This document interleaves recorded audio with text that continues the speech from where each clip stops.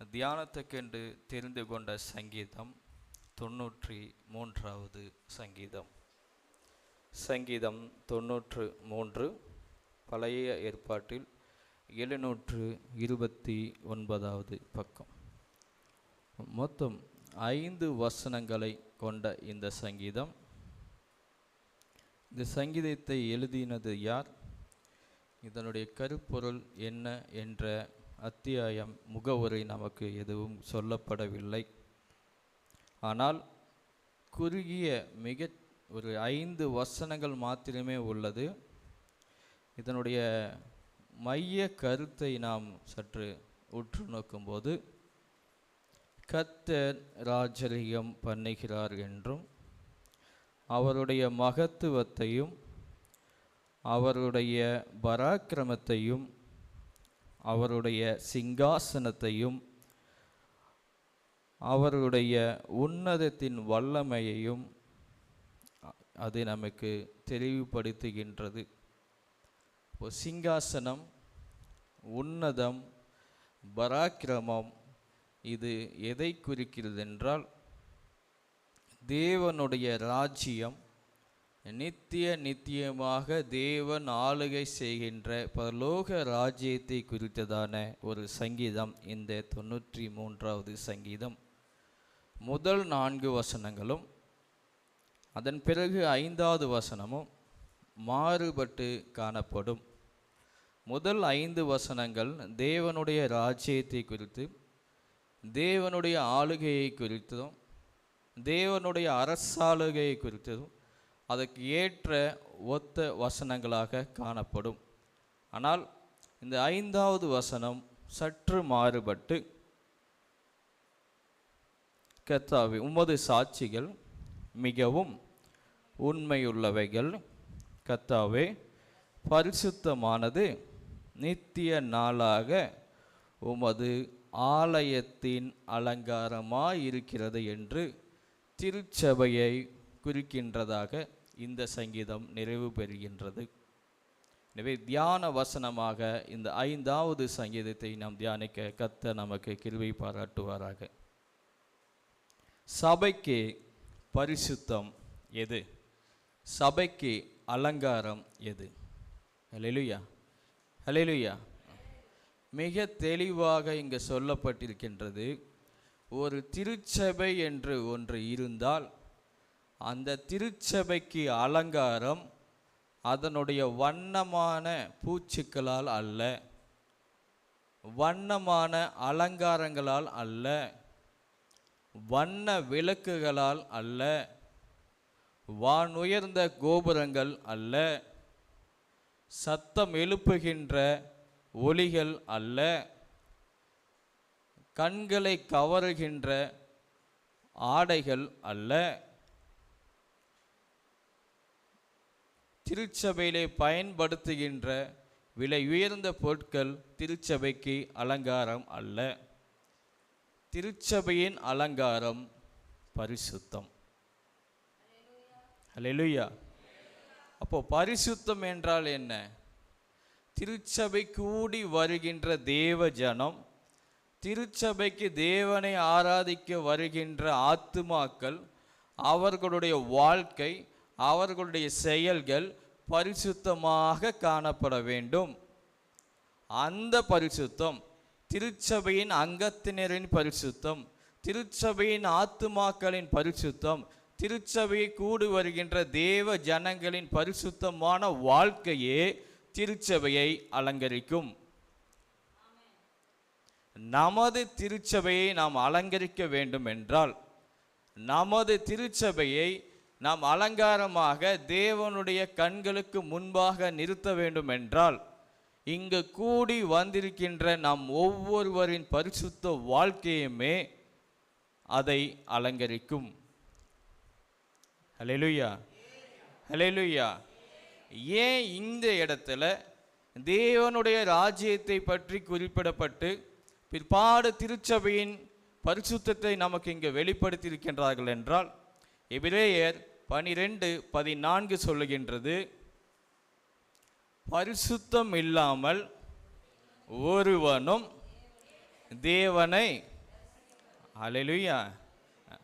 அப்போ தேவனுடைய ராஜ்யத்தை பற்றி, தேவனுடைய அரசாளுகை பற்றி சொன்ன இந்த சங்கீதம் திருச்சபையின் பரிசுத்தத்தை நமக்கு முன்னிறுத்திருக்கிறது என்றால், திருச்சபையாகிய நம்முடைய பரிசுத்தம் இல்லாமல், விசுவாசிகளாகிய நம்முடைய வாழ்க்கையில் பரிசுத்தம் காணப்படவில்லை என்றால் நாம் தேவனை தரிசிக்க முடியாது. அல்லேலூயா. திருச்சபையிலே விசுவாசிகளை தரிசிக்கலாம், போதகரை தரிசிக்கலாம்,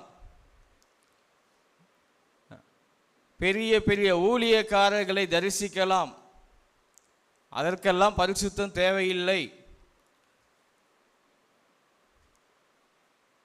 ஆனால் தேவனை தரிசிக்க வேண்டுமென்றால், தேவன் சிங்காசனத்தில் வீற்றிருக்கின்ற தேவனை, அவருடைய சிங்காசனத்துக்கு அருகில் சென்று பரலோக தூதரோடு நின்று தேவனை நாம் ஆராதிக்க வேண்டும் என்றால், நம்முடைய வாழ்க்கையில் காணப்பட வேண்டியது அலங்காரமான வெளிப்பிரகாரமான வாழ்க்கை அல்ல, பரிசுத்தமான ஒரு வாழ்க்கை காணப்படுமேயானால் மட்டுமே நாம் தேவனை தரிசிக்க முடியும்.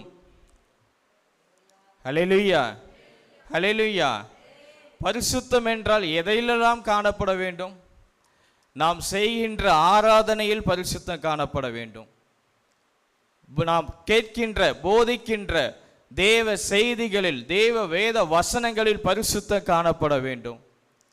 நாம் கர்த்தருக்கு கொடுக்கின்ற காணிக்கையில் பரிசுத்தம் காணப்பட வேண்டும். சபையில் நாம் பேசுகின்ற வார்த்தைகளில் பரிசுத்தம் காணப்பட வேண்டும். அந்த பரிசுத்தம் எல்லாம் நம்முடைய வாழ்க்கையில நிறைந்து காணப்படும் பொழுது, குறைவு இல்லாத ஒரு வாழ்க்கையை நாம் வாழும்போது மட்டுமே தேவனை தரிசிக்க முடியும். அல்லேலூயா, அல்லேலூயா. பரிசுத்தம் இல்லாமல் எந்த திருச்சபையை வேண்டாலும் நாம் தரிசிக்கலாம், எந்த திருச்சபைக்கு உள்ளேயும் நாம் நுழையலாம். இப்போ புதிதான திருச்சபைகள் மிக விலை உயர்ந்த ஆடம்பரமான கட்டடங்களால் கட்டப்பட்டு கொண்டிருக்கின்றது. அதுக்குள்ளெல்லாம் போகலாம், அதுக்குள்ளெல்லாம் நுழைவதற்கு பரிசுத்தம் தேவையில்லை. ஆனால் தேவனுடைய ராஜ்யத்திற்குள் பிரவேசிப்பதற்கு, தேவனை சந்திப்பதற்கு நம்முடைய வாழ்க்கையில் பரிசுத்தம் அவசியம்.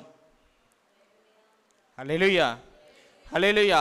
வேதம் மிக தெளிவா சொல்லிருச்சு, பரிசுத்தம் இல்லைன்னா நீ தேவனை தரிசிக்க முடியாது. ஊழிய செய்யலாம், உபவாசம் இருக்கலாம், பரிசுத்தம் இருக்கா? அந்த எபிரேயர் 12:14 பிற்பாடு நீங்க வாசித்து பார்க்கலாம், மிக அழகா சொல்லப்பட்டிருக்குது.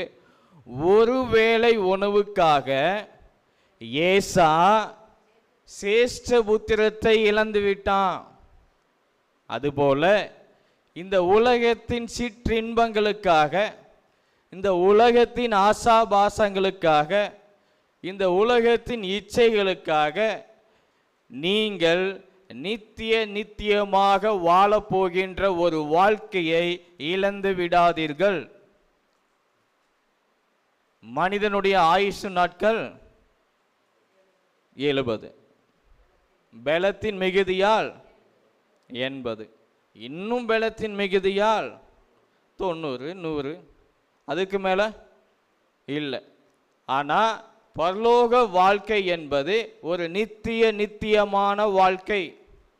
அப்போ நித்தியமான வாழ்க்கைக்காக இங்கு வாழ்கின்ற இந்த ஒரு 70-80 ஆண்டுகள் வாழ்கின்ற ஒரு வாழ்க்கையில நாம் செய்கின்ற பாவங்களின் நிமித்தம், நம்முடைய வாழ்க்கையில் பரிசுத்த குலைச்சலின் நிமித்தம் அந்த நித்தியமான வாழ்க்கையை இழந்து விடாதீர்கள் என்று இந்த வேத வசனம் நமக்கு கற்றுக் கொடுக்கின்றது. புரிந்து கொண்டீர்களா? ஹல்லேலூயா. அது மாத்திரமல்ல, ஒரு செத்த ஈ பரிமள தைலம் முழுவதையும் ஆமாம். இந்த திருச்சபைக்கு நான் செத்த ஈயாய் இருந்து விடக்கூடாது. இந்த திருச்சபைக்கு என்னுடைய பிள்ளைகள் செத்த ஈயாய் இருந்து விடக்கூடாது. இந்த திருச்சபைக்கு என்னுடைய குடும்பம் செத்த ஈயா இருந்துவிடக்கூடாது. ஏனென்றால் செத்த ஈ பரிமள தைலம் முழுவதையும் நார பண்ணிவிடும். ஹல்லேலூயா, ஹல்லேலூயா. என்னுடைய சீர்கேடான வாழ்க்கை என்னுடைய திருச்சபைக்கு அவப்பெயரை கொண்டு வரும். என்னுடைய சீர்கேடான நடத்தை என்னுடைய திருச்சபைக்கு அவப்பெயரை கொண்டு வரும். என் பிள்ளைகளை நான் சரியா வழி நடத்தலைன்னா என் திருச்சபைக்கு அது அவப்பெயரை கொண்டு வரும். என்னுடைய குடும்பம் சரியா இல்லைன்னா என்னுடைய திருச்சபைக்கு அது அவப்பெயரை கொண்டு வரும். எனவே நான் யார்? பரிமள தைலமா இருக்கின்ற திருச்சபைய நான் நாரடித்து விடக்கூடாது. பரிமள தைலமா இருக்கின்ற சபைய என்னுடைய குடும்பம் நார பண்ணக்கூடாது. அப்போ நான் எப்படி வாழணும்? பரிசுத்தமான வாழ்க்கை வாழணும். புரிந்து கொண்டீங்களா? எனவே மற்றவர்களுடைய வாழ்க்கையை நீங்க ஒப்பிடாதீங்க. மற்றவர்களுடைய செயல்பாடுகளை நீங்க ஒப்பிடாதீங்க. மற்றவர்களுடைய நடத்தையை நீங்க ஒப்பிடாதீங்க. மற்றவர்களுடைய வாழ்க்கை முறையை நீங்க ஒப்பிடாதீங்க. என்னுடைய வாழ்க்கை, என்னுடைய குடும்பம், என்னுடைய பிள்ளை, நான் சரியா நடந்தேன், அல்லேலூயா, நான் செத்த ஈயா இருந்து விடக்கூடாது. இதை ஒவ்வொருவரும் நாம் எண்ணும் பொழுது திருச்சபை நறுமண தைலமாய் வாசம் வீசும். அல்லேலூயா, அல்லேலூயா. அப்படி நம்முடைய வாழ்க்கை மாறும்போது திருச்சபை தேவன் விரும்புகின்ற பரிசுத்த அலங்காரமாக காணப்படும். அப்படி நம்முடைய வாழ்க்கை அமையும் போது நாம் தேவனுடைய ராஜ்யத்தில் திருச்சபையாய் உள்ளே நுழைவோம். அல்லேலூயா. கண்களை மூடி ஜெபிப்போம். ஸ்தோத்திரிக்கிறோம் அப்பா, எங்களை நேசிக்கின்ற எங்கள் நல்ல தகப்பனே. ஆண்டவரே, இந்த சங்கீதம் 93 முழுவதுமாக நீர் எங்கள் கண்களை திறந்தளிக்கின்றீர்.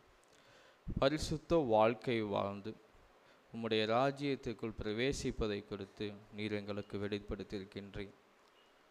நான் ஒருவேளை பரிசுத்த குலைச்சலோடு இதுவரை நடந்திருந்தால் நீர் எனக்காக பஸ்கா ஆட்டுக்குட்டியாக அடிக்கப்பட்டு என்பதை நான் நினைவு கூறுகிறேன். நீர் எனக்காக சிந்தின இரத்தம், நீர் எனக்காக சிந்தின உம்முடைய இரத்தம் என்னை சுத்திகரிக்கட்டும், என் பிள்ளைகளை சுத்திகரிக்கட்டும், என் குடும்பத்தை சுத்திகரிக்கட்டும். நான் எனது குடும்பமோ இந்த திருச்சபைக்கு பரிசுத்தமான ஒரு அலங்காரமாக காணப்பட எங்களுக்கு நீர் கிருபை பாராட்டும்.